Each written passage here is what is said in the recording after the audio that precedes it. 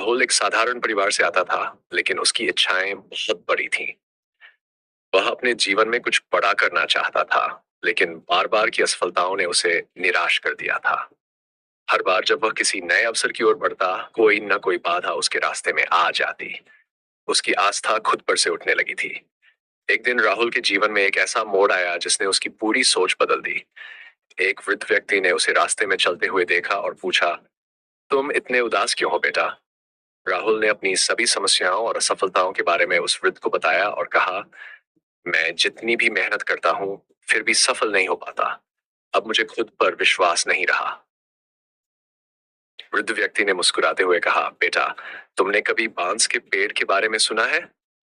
राहुल ने अचरज से कहा, हाँ, पर उससे क्या?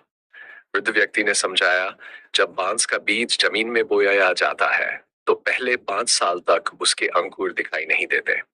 लोग सोचते हैं कि शायद बीज मर गया है, लेकिन वास्तव में उस समय के दौरान बांस का बीज अपनी जड़ों को मजबूत करने में लगा होता है। 5 साल बाद बांस अचानक तेजी से बढ़ता है और कुछ ही हफ्तों में आसमान छूने लगता है। वह आगे बोले, तुम्हारी स्थिति भी उसी बांस की तरह है।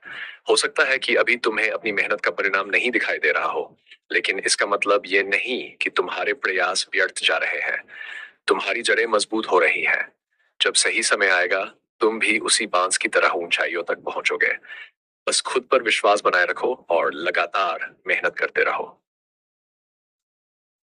वृद्ध की ये बातें राहुल के दिल में घर कर गई। उसने महसूस किया कि हर असफलता उसे मजबूत बना रही थी, उसे अगले प्रयास के लिए तैयार कर रही थी। उसने खुद पर फिर से विश्वास करना शुरू किया और अपने सपनों की ओर बिना रुके बढ़ता रहा। अंततः राहुल ने अपनी मेहनत और आत्मविश्वास से वह हासिल किया जो उसने सोचा भी नहीं था। उसने सीखा कि खुद पर विश्वास और धैर्य ही सच्ची सफलता की कुंजी है। ये कहानी हमें सिखाती है कि खुद पर विश्वास और धैर्य के साथ निरंतर प्रयास करने से कोई भी लक्ष्य असंभव नहीं होता।